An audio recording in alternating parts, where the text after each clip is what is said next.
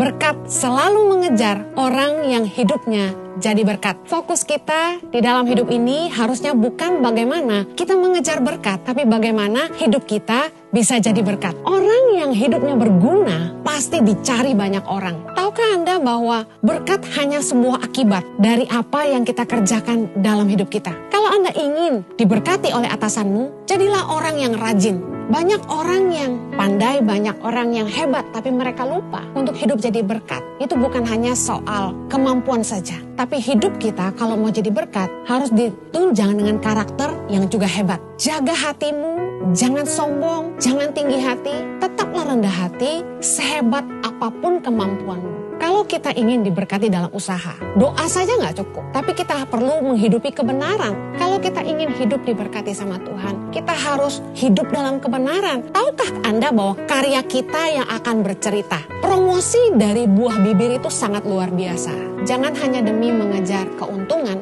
kita tidak menjaga kepercayaan orang. Orang yang menabur banyak pasti menuai banyak. Ternyata kunci dikejar berkat adalah kita tidak boleh berhenti menabur. Kalau kita mau diberkati Tuhan, lumbu-lumbu kita diisi penuh sampai melimpah-limpah, kita harus muliakan Tuhan dengan harta kita, dengan hasil pertama dari segala penghasilan kita. Orang tuh banyak yang gak mau nabur karena mereka takut untuk diri mereka sendiri kurang. Kalau kita ingin hidup kita jadi berkat, kita juga harus pandai mengelola keuangan. Karena uang itu selalu membuat orang merasa kurang. Bagaimana Anda bisa mengelola keuangan? Berkatalah cukup untuk dirimu sendiri, supaya Anda bisa menyisihkan tabunganmu dan juga Anda masih bisa berbagi buat orang lain. Seberapa banyak pun berkat yang Tuhan berikan dalam hidup kita, kita harus bisa dipercaya untuk mengelola. Seberapa banyak pun harta kita, kalau kita tidak bisa mengelola, pasti habis juga.